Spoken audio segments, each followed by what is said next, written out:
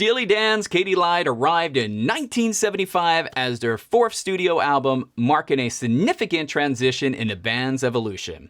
By this point, Walter Becker and Donald Fagen had abandoned touring, choosing instead to craft their intricate jazz-infused rock compositions entirely within the studio. This shift allowed them to recruit some of the best session musicians available, a hallmark of their meticulous production style. Now, this album is notable for its lineup, with exceptional players, including Jeff Porcaro on drums, who is a young talent who would later co-found Toto. You also have Larry Carlton, which leads his signature guitar work, bringing sharp, articulate leads to tracks like Daddy Don't Live in That New York City No More. Michael McDonald, another rising star, provides distinctive backing vocals and adds warmth and depth to tracks like Bad Sneakers and Any World That I'm Welcome To. Even the legendary saxophonist Phil Woods contributes a soaring solo on Dr. Wu, elevating the song to one of Steely Dan's most iconic moments. Yet for all of its polish, Katy Lied is also remembered for its infamous technical issues. Steely Dan opted to use the DBX noise reduction system rather than the common Dolby A, a decision that ultimately backfired. The encoded tapes failed to play back correctly, distorting the original mixes. Despite their best efforts to salvage the recordings, including an emergency trip to DBX headquarters in Boston, Becker and Fagen were never fully satisfied with the final product. To this day, they claim the original mixes sounded better before they were compromised.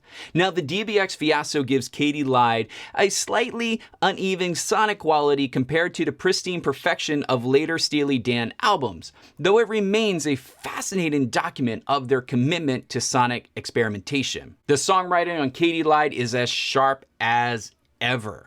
Black Friday is a biting, bluesy rocker depicting financial ruin inspired by the Australian stock market crash of 1869. Rose Darling is deceptively smooth, masking dark lyrical themes beneath its catchy melody. Your Gold Teeth 2 showcases the band's increasing jazz influences, featuring intricate piano work and shifting time signatures. Throughout, Becker and Fagen's trademark cynicism, wit, and sophisticated chord progressions shine. Now let's talk about why you clicked on this video, the Analogue Productions UHQR reissue. Now at $150, this is a high-end pressing aimed at bringing Katy Lied as close as possible to what Steely Dan originally intended.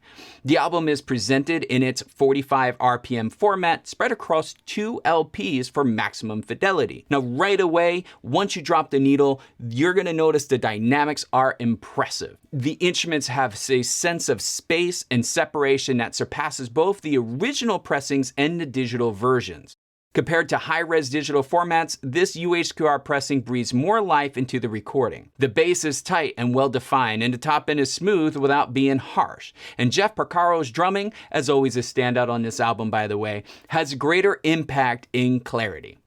Surface noise on this record is a minimum. It's not dead quiet, but any imperfections are subtle and don't distract from the listening experience.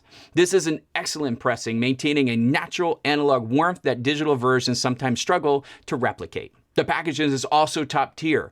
It comes in the traditional UHQR box, matching the previous releases in this series. The cover art reproduction is crisp, and the heavyweight Stoughton tip-on jacket adds a premium touch.